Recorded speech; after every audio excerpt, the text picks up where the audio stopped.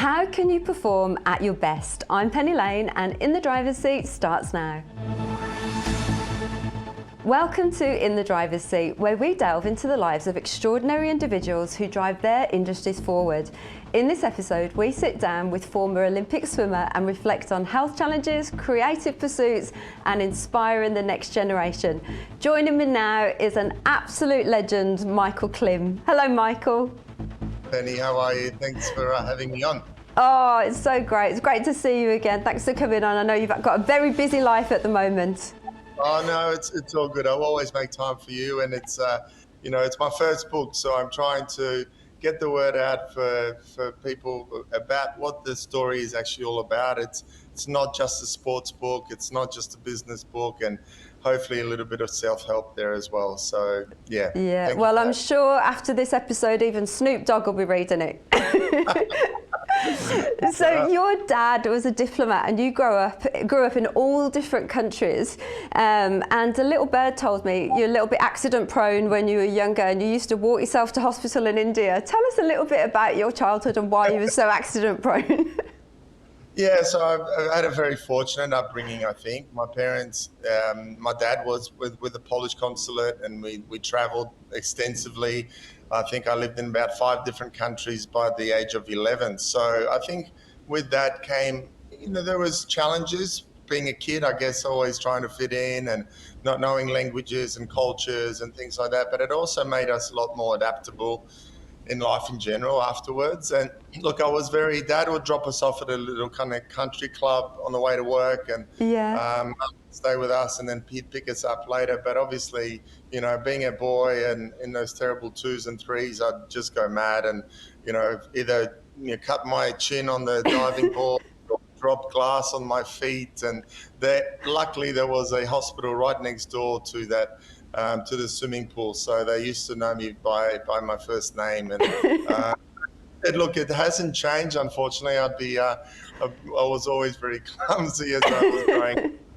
And I think one of my kids, Stella, has kind of accumulated that trait as well. So it's not being scared, it's taking risks. I reckon that's what it is. Michael, now we all know that you've had an amazing swimming career, but when did you decide, and when did you know that you were going to make a career out of it? Was there a defining moment at a certain age?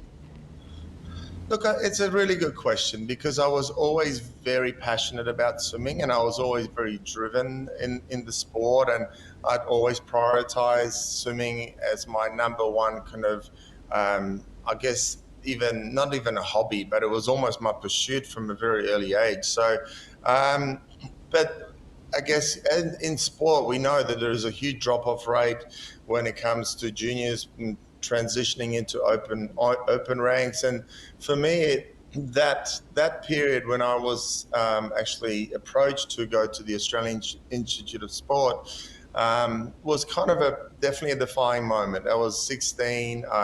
I had the chance to move out of home and go and train in a super elite environment with the best coaches, best resources in sport. And I think that was definitely probably one of the most crucial decisions I made in my life. I know my sister had that same choice. She chose to stay at home, and under mum and dad's sort of guidance and comfort. And I was sort of probably, not that. I think it wasn't really being a risk taker. It was I just followed where the best facilities and coaching was available. And at that time, I didn't have a great kind of sporting infrastructure. Yeah, you've got a lot of strong women around you. Your sister Anna, your mum, your gorgeous girlfriend Michelle. And Michelle's a bit of a rock star in her own right, isn't she? Tell us a little bit about her career.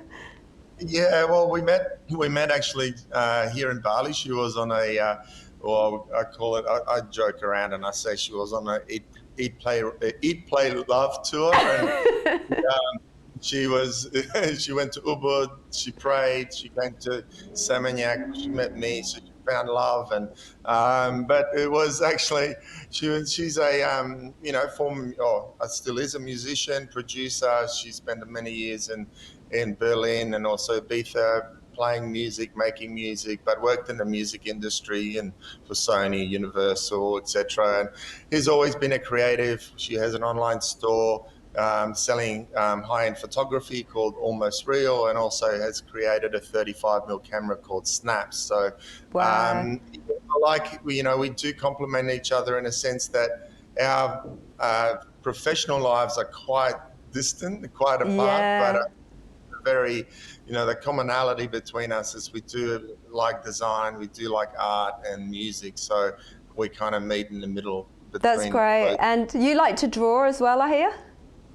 Yeah, I do actually. It's something that I did at school at a high level, and that was my year 12 subject. And I must say, I did sort of put down the pencils and the paintbrushes for many years. And COVID was the time where I started to sketch again and paint with the kids. So it's something that it's amazing that it's a skill that I've got, I guess, for life, and it's been a great mindfulness kind of exercise that I do. I actually just behind me, I just received a brand new easel for my birthday a few weeks Oh, how ago, and fantastic. So you're going to get I'm ready into to that as well.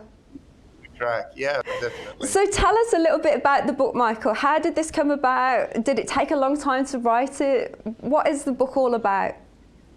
Yeah, so look, the book was, it was probably something that initially I wasn't sure about, to be honest. I've been approached previously around 2007 when I first retired from the sport, and I wasn't quite ready to write a memoir. I felt there was many unfinished chapters in my life, and initially I thought this book could be one not just about my sporting career. And I think when I first was approached by Hachette, I think I was really starting to overcome some of my mental challenges that I had with the Yeah. CIDP condition, and I was starting to really get on the front foot. And I sort of thought there is a fair bit of substance in my sporting career, my life after sport and business with Milk and Co, and then recently, obviously, with my health battles. So, and I feel like I received so much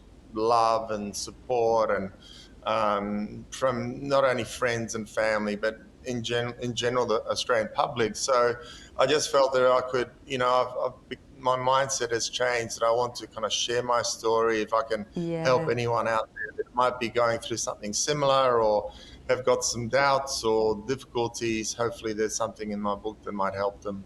Would you have any advice for anybody that's overcoming challenges? Because challenges can come in so many different ways, can't they? Have you got a coping strategy?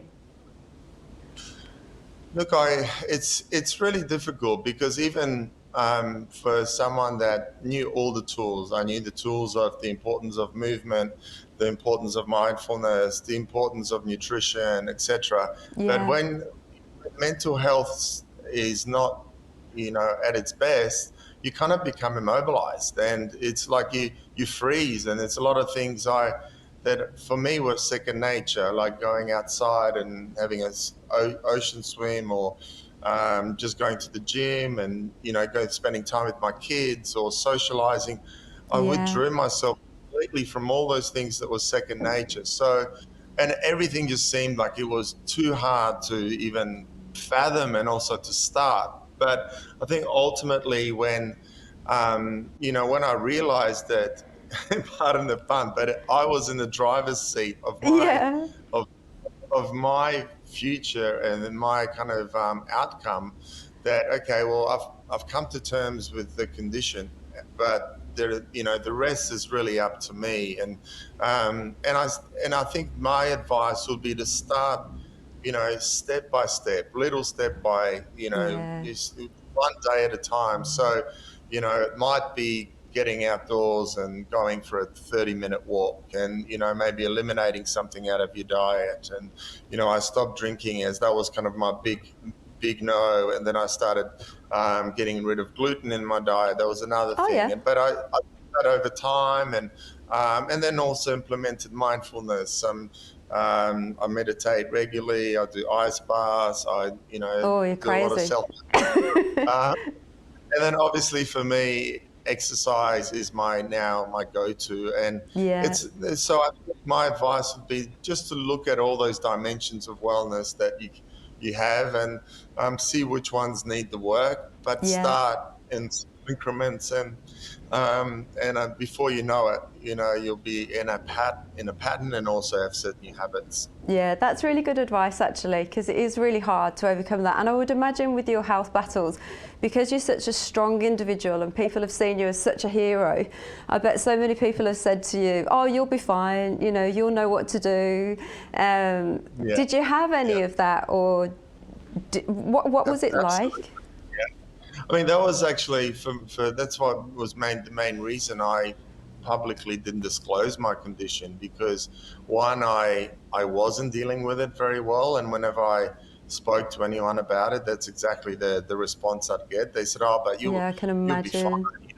That mindset, and you're an Olympic athlete, and it couldn't be further from the truth, because it's almost like the contrast of Yeah. my life became so different, from my physical ability to even my outlook, my drive, my motivation, my purpose.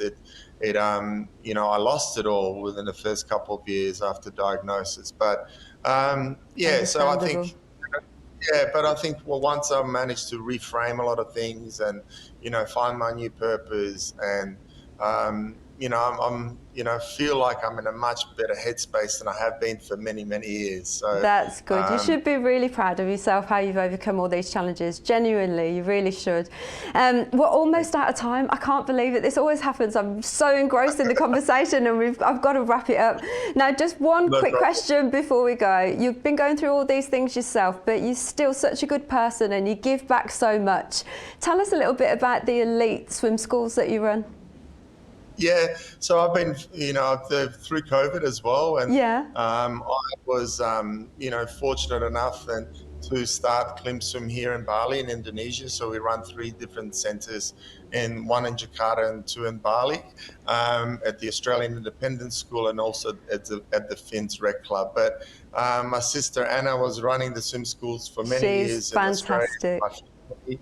And I'm sort of flying the flag here in Indonesia. But so that's, I've come full circle, trying to give back with my knowledge that I've acquired over the years. And now with the Klim Foundation, which is also trying to give back to sufferers and carers with CIDP, that's another big driver for me. So it's, I'm becoming almost in the world of service, which is really empowering. So good. Keep doing what you're doing. Lovely to see you, Michael. And I wish you all the success with the book. I ordered the book. It came the next day. Everybody needs to get Awesome. out there and grab a copy of this. Thanks, Michael. Thank you so much. No worries.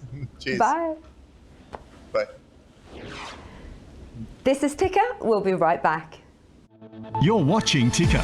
We'll have more in just a few minutes.